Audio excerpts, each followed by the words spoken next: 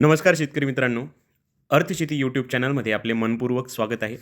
गेल्या काही वर्षात महाराष्ट्रातील शेतकऱ्यांना सर्वात मोठा फटका बसला तो म्हणजे अनियमित पाऊस आणि दुष्काळ सदृश्य परिस्थितीचा. यामागे अनेक कारणे असली तरी एक महत्त्वाचे कारण म्हणजे अल निनो आहे. पण अल निनो म्हणजे नेमके काय? याचा सोयाबीन पिकावर काय परिणाम होतो आणि अशा परिस्थितीत शेतकऱ्यांनी कोणते उपाय करावेत याची संपूर्ण माहिती आजच्या व्हिडिओमध्ये जाणून घेणार आहोत. मित्रांनो, जर तुम्ही आमचे सोयाबीन लागवड करण्यापूर्वी काय करावे, रायझोबियम आणि पी-एच-बी कल्चरचे फायदे आणि असे अनेक व्हिडिओ आहेत ज्यामधून तुम्हाला सोयाबीन शेती कशी करावी आणि किती चांगल्या पद्धतीने करावी याबद्दलचे व्हिडिओ जर लागत असेल तर आपल्या अर्थशेती यूट्यूब चॅनलवर तुम्ही बघू शकता. हे व्हिडिओ सोयाबीन उत्पादन वाढीसाठी अत्यंत उपयोगी ठरतील आणि अशाच वैज्ञानिक शेतीविषयक माहितीसाठी आपल्या अर्थशेती यूट्यूब चॅनलला सबस्क्राईब जरूर करा. तर सुरुवात करूया. अल निनो म्हणजे काय? अल निनो ही एक जागतिक हवामान घटना आहे. यामध्ये प्रशांत महासागराच्या विषुववृत्तीय भागातील समुद्राच्या पाण्याचे तापमान सामान्यापेक्षा वाढते. याचा परिणाम जगभरातील हवामानावर भारतामध्ये अल निनोच्या काळात काय होते ते सुद्धा समजून घेऊ. पाऊस कमी पडणे, पावसाचे वितरण असमान होणे, दीर्घकाळ कोरड्या होण्याची जी कालावधी आहे ती निर्माण होणे आणि याचा सर्वाधिक परिणाम पावसावर अवलंबून असलेल्या सोयाबीनसारख्या पिकांवर होतो किंवा जे कोरडवाहू पीक आहेत त्यांवर होतो. यानंतर सोयाबीनवर होणारे अल निनोचे परिणाम समजून घेऊया. असे अनेक नकारात्मक परिणाम दिसून येतील. पहिले, उशिरा पेरणी होणे. दुसरे, उगवण कमी होणे, फुलगळ वाढणे, शेंगा कमी लागणे, उत्पादनात घट जवळपास 20 ते 50% सुद्धा घट होऊ शकते. कारण जेवढा मोठा कोरडा काळ राहील तेवढा उत्पादनावर परिणाम होईल. आता यावर नेमके उपाय काय करावे? सगळ्यात महत्त्वाचे, अल निनो हे आपल्या हातात नाही आहे, त्याला आपण थांबवू शकत नाही. त्यामुळे आपण जे उपाय करू शकतो ते तुम्हाला समजून सांगतोय. योग्य वाण निवडणे, दुष्काळ सहनशील आणि कमी कालावधीत तयार होणारे वाण निवडणे. दुसरे, पावसाच्या पहिल्या चांगल्या सरीची वाट पाहणे, म्हणजेच घाईघाईने पेरणी करून देणे, पहिल्या पावसातच पेरणी करून देणे किंवा जमिनीत पुरेसा ओलावा झाल्याची सुद्धा शाश्वती न ठेवणे.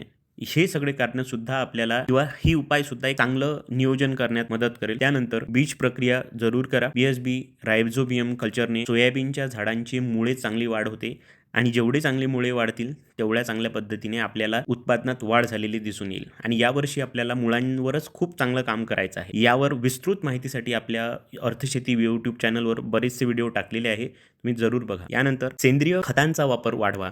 जर तुम्ही रासायनिक खतांचा वापर वाढवणार तर गरमी वाढणार आहे 100%. म्हणजे हे एक नॉर्मल प्रॅक्टिकल सांगतोय. जर तुम्ही सेंद्रिय खत वापरतायत तर तुम्हाला त्याचा फायदा होईल. म्हणजेच पाणी धरून ठेवण्याची जी क्षमता आहे ती वाढेल.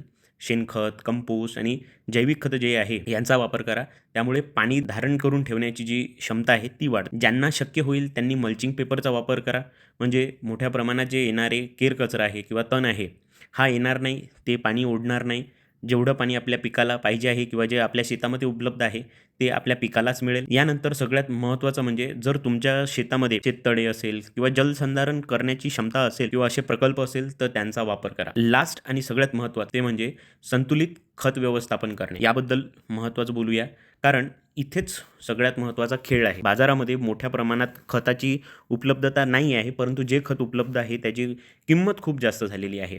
त्यामुळे आपला जो उत्पादन खर्च आहे तो वाढणार आहे. त्यामुळे आपण काय करावे यावर लक्ष देऊया. सगळ्यात महत्त्वाचे, अल निनोच्या काळात सर्वात मोठी चूक अनेक शेतकरी करतात ती म्हणजे जास्त युरिया वापरणे. पाऊस कमी असेल आणि जमिनीत ओलावा नसेल तर जास्त नत्रयुक्त खतांचा वापर केल्याने झाडावर ताण आणखी वाढतो. म्हणून अशा परिस्थितीत खत व्यवस्थापन अत्यंत काळजीपूर्वक करणे आवश्यक आहे. अशा वेळेला सिंगल सुपर फॉस्फेटला प्राधान्य देणे गरजेचे आहे. SSP मध्ये स्फुरद, सल्फर, कॅल्शियम असते. स्फुरदमुळे मुळांची वाढ खोलवर होते आणि झाडाला जमिनीतील ओलावा शोधण्याची क्षमता मिळते. सल्फरमुळे प्रथिन निर्मिती सुधारते आणि पिकांची प्रतिकारशक्ती वाढते. यावेळेला रस शोषक कीटक वाढणार आहेत. त्यामुळे आपल्याला अशा पद्धतीचे फवारे किंवा अशा पद्धतीचे नियोजन करावे लागेल की ज्यामुळे प्रतिकारशक्ती चांगली राहील.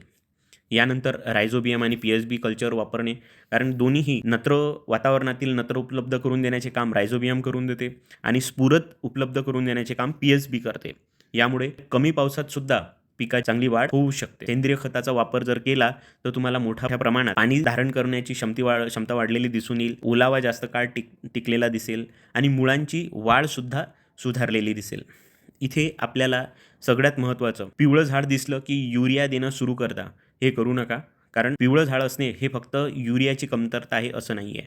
परंतु अल निनोच्या काळात आपल्याला जास्त युरिया द्यायचा नाही, कारण जास्त युरिया दिला तर जास्त कोहडी वाढ होते आणि कोहडी वाढ झाली तर त्यावर मोठ्या प्रमाणात कीटक येईल, रस शोषक कीटक येईल आणि त्याची झालेली वाढ ही खराब होऊन जाईल. अशाच कोहळ्या झाडांना किंवा कोहळ्या वाढीला पाणी जास्त लागते, त्यामुळे जास्त ताण वाढेल आणि सोबतच सूक्ष्म अन्नद्रव्याची कमतरता वाढेल, ज्यामध्ये झिंक, बोरॉन असे अनेक सूक्ष्म अन्नद्रव्य आहे, त्याची कमतरता तुम्हाला दिसून येईल. शेवटी अल निनोच्या काळात जास्त खत नव्हे तर योग्य खत महत्त्वाचे आहे. त्यामध्ये सिंगल सुपर फॉस्फेट, बीज प्रक्रियेमध्ये रायझोबियम अधिक पीएसबी आणि खतामध्ये सेंद्रिय खतं, हे 4 घटक सोयाबीन पिकाला दुष्काळ सदृश्य परिस्थितीमध्ये सुद्धा सामना करण्यास मदत करेल. तर दुसरीकडे अंधाधुंद युरिया वापर केल्यास नुकसान 100% होईल. म्हणून हवामानानुसार खत व्यवस्थापन करा आणि उत्पादनातील नुकसान तुम्हीच कमी करू शकता. सरतेशेवटी अल निनो ही एक नैसर्गिक हवामान घटना आहे. याला आपल्याला सामोरे जायचे आहे, तर आपल्याला योग्य व्यवस्थापन जर केले तरच आपल्या सोयाबीनचे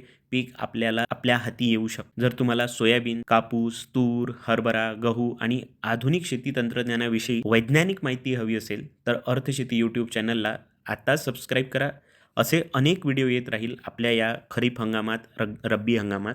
तोवर तुमची रजा घेतो. मी भेटतो पुढच्या उपयुक्त व्हिडिओमध्ये. तोपर्यंत जय जवान.